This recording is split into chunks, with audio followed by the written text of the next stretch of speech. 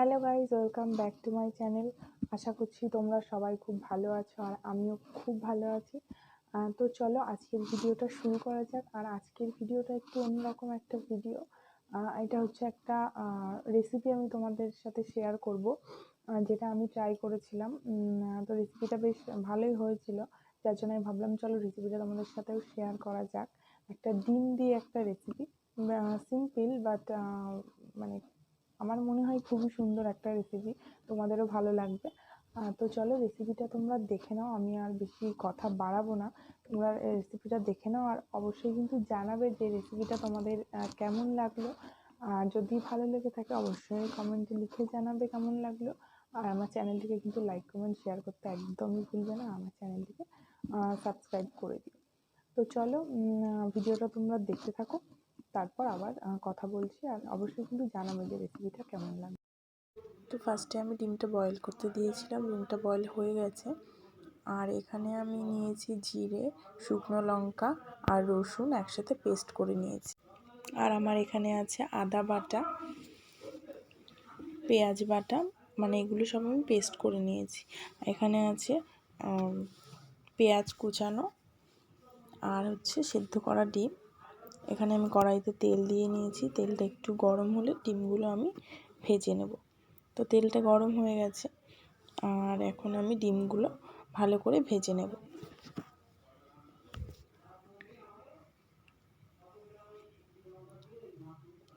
তো ডিমটা একটু চিড়ে চিড়ে দিতে পারো তোমরা। আমি যতদূর জানি ডিমটা একটু চিড়ে দিলে তাহলে আর ডিমটা ছিটকায় না। তো এখানে আমার ডিমটাও প্রায় ভাজা হয়ে গেছে। তো ডিমটা আমি এবার তুলে রেখে দেব। আর এখানে আমি ডিমটা তুলে রেখে তারপর কড়াই যে তেলটা ছিল তার ভেতরে পেঁয়াজ কুচিটা ভেজে নিয়েছি। এরপর এক এক করে সব মশলাগুলো আমি এর মধ্যে দিয়ে দেব। তো তোমরা কিন্তু বাড়িতে ট্রাই করবে এটা, ঠিক আছে? খুবই ভালো খেতে হয়, মানে চটজলদি একটা রান্না।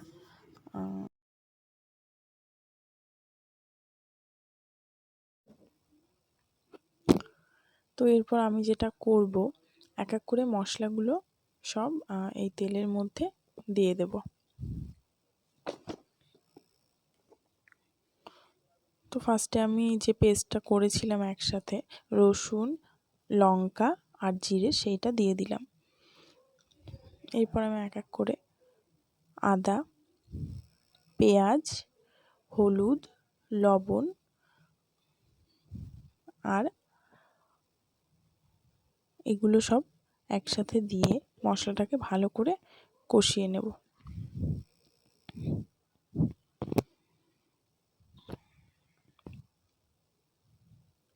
তো দেখতে পাচ্ছ মশলাটা প্রায় তেল ছাড়তে শুরু করে দিয়েছে। আর এখানে কিন্তু তোমরা অবশ্যই নুন স্বাদ মতো দেবে। আর তোমরা অল্প করে চাইলে চিনিটাও অ্যাড করতে পারো, যেহেতু আমরা চিনিটা খুব একটা তরকারিতে খাই না, ওর জন্য আমরা চিনিটা দিইনি। তো মশলাটা কষানো হয়ে গেছে প্রায়, এর ভিতরে আমি ডিমগুলো দিয়ে আর খানিকক্ষণ কষিয়ে নেব। তো তারপর জল দিয়ে দেব। তো তোমরা যেমন ঝোল রাখতে চাও সেই অনুসারে জলটা দিতে পারো। আমি এখানে যেহেতু খুব একটা ঝোল ঝোল রাখবো না, একটু গা মাখা রাখবো, যার জন্য আমি এখানে কিন্তু অল্প জল দিয়েছি। আর এটা একটু গা মাখা রাখলে বোধহয় বেশি ভালো হয় খেতে। তো তোমরা তোমাদের মতো করে দিয়ে নেবে। আর লাস্টে আমি এখানে যেটা দিয়েছি ধনেপাতা দিয়ে, দেখো আমার ডিমের কারি রেডি হয়ে গেছে। রেসিপিটা এটুকুই ছিল আজকের রেসিপি। আমি ট্রাই করব যে নতুন নতুন কোনো মানে যদি আমি কোনো ডিশ ট্রাই করি বাড়িতে, অবশ্যই তোমাদের সাথে সেটা শেয়ার করব।